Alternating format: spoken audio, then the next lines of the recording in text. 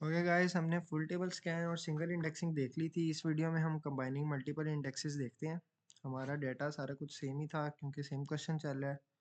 तो combining multiple indexes की सबसे पहले तो आप कॉस्ट देख लें कि access cost for indexes plus qualifying rows. यहाँ पर फॉर्मूले में थोड़ा सा चेंज आ गया है as compare to the previous to.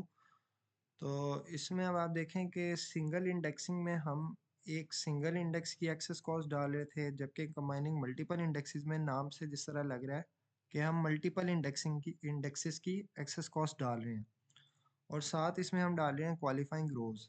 अच्छा, अब पहले हम कभी क्वालिफाइंग रोज डाल नहीं रहे थे, हमने कैलकुलेट कर ली थी शुरू में, लेकिन अभी तक हमने यूज़ नहीं की थी। तो कंबाइनिंग मल्टीपल इंडेक्सेस में हम क्वालिफाइंग रोज ऐड करेंगे। इसकी वजह बेसिकली ये होती है कि जब आप मल्टीपल इंडेक्सेस को सिलेक्ट कर लेते हैं तो हमारे पास रोज़ का एक सबसेट फ़िल्टर हो जाता है जो हमारी कंडीशन पे पूरा बैठता है। तो इसलिए हमें फुल टेबल स्कैन करने की ज़रूरत नहीं पड़ती, हम सिर्फ क्वालिफाइंग रोज़ ऐड कर लेते हैं और वो हमारी कॉस्ट में शामिल हो जाती है। तो अब सबसे पहले तो हम एक्सेस कॉस्ट निकाल लेते हैं हर इंडेक्स की। तो सबसे पहले हमने डिग्री आईडी का निकाल लिया था जो कि 4 आ गया था। इसी तरह हमने बैच आईडी का निकाल लिया। अच्छा, अब उसकी सेलेक्टिविटी हमारे पास 0.06 थी, तो उसको हमने स्टूडेंट टेबल की रोज से मल्टीप्लाई किया और फिर ब्लॉकिंग फैक्टर फॉर इंडेक्स से उसको डिवाइड कर दिया। और इसमें भी रिमेंबर कि हम सीलिंग वैल्यू ले रहे हैं। इसी तरह डिपार्टमेंट आईडी की 0.15 थी, उसको हमने मल्टीप्लाई किया स्टूडेंट रोज से और फिर हमने उसको डिवाइड कर लिया ब्लॉकिंग फैक्टर फॉर इंडेक्स से। और ये हमारे पास 3 आंसर्स आ गए। तो सिंपली हमने इन तीनों को ऐड कर लिया और क्वालिफाइंग रोज हमारे पास थी 35, तो उनका रिजल्टेंट आ गया हमारे पास 66। अच्छा, अब एक बात इसमें जो याद रखने वाली है वो ये है कि आपने इसको सॉल्व करने से पहले हमेशा आपने क्यूरी को एक दफ़ा गौर से पढ़ना है और आपने देखना है कि क्यूरी में यहाँ पर सेलेक्ट एवरीथिंग है या कुछ और है। कुछ और में आपके पास काउंट भी हो सकता है, सेलेक्ट डिस्टिंक्ट भी हो सकता है, सेलेक्ट एवरेज भी हो सकता है। तो आपने इस चीज़ का ख्याल रखना है। अगर हमारे पास सेलेक्ट एवरीथिंग होगा और साथ कोई काउंट, कोई एवरेज, कोई डिस्टिंक्ट नहीं होगा, तो हम उसमें क्वालिफाइंग रोज ऐड करेंगे। ठीक है, जिस तरह हमने यहाँ पे किया हुआ है, जिस तरह हमारी हमारी क्यूरी में लिखा हुआ है।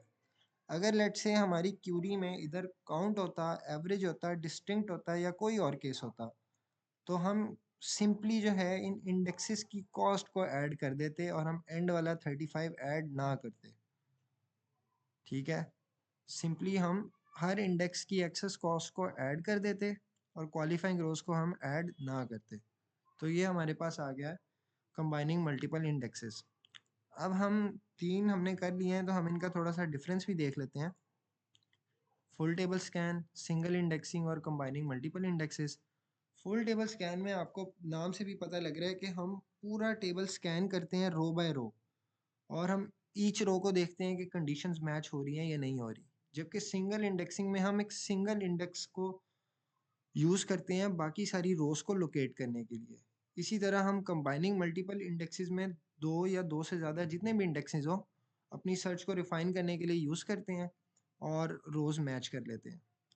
अच्छा, अब इनकी कॉस्ट में आप देख रहे हैं कि फुल टेबल स्कैन की कॉस्ट ऑब्वियसली हाई होगी सबसे ज़्यादा और सिंगल इंडेक्सिंग की कॉस्ट लो होगी अगर क्यूरी सेलेक्टिव हो, मतलब क्यूरी हाईली सेलेक्टिव हो और इंडेक्स जो है वो रिक्वायर्ड कॉलम्स को कवर कर रहा हो। जिस तरह यहाँ पर हमारी क्यूरी में देखें, अगर वो हमें कहता है कि डिग्री आईडी के ऊपर इंडेक्स बना हुआ है, तो इन वैल्यूज़ को चेंज करके अगर हम टेबल को थोड़ा और बड़ा कर देते, तो हमारे पास single indexing full table scan से कम कॉस्टली आनी थी। ठीक है, ये तो उसने वैल्यू हमें 1,28,000 दी हुई है, लेकिन ऐसा भी केस होता है कि हमारे पास सिंगल इंडेक्सिंग की वैल्यू फुल टेबल स्कैन से कम आ जाए। अच्छा, उसके बाद है हमारे पास कंबाइनिंग मल्टीपल इंडेक्सेस। अब कंबाइनिंग मल्टीपल इंडेक्सेस की कॉस्ट सिंगल इंडेक्सिंग और फुल टेबल स्कैन दोनों से कम होती है और अगर क्यूरी में काउंट हो यानी सेलेक्ट ना हो, सेलेक्ट की जगह कोई और केस हो तो डेफिनेटली इसकी कॉस्ट हमेशा कम आएगी। इसी तरह ये बाकी चीज़ें हैं, ये भी आप पढ़ लीजिएगा। तो खैर दैट्स इट, और नेक्स्ट वीडियो में हम करेंगे डायनामिक बिटमैप और सिंगल बिटमैप। Thank you.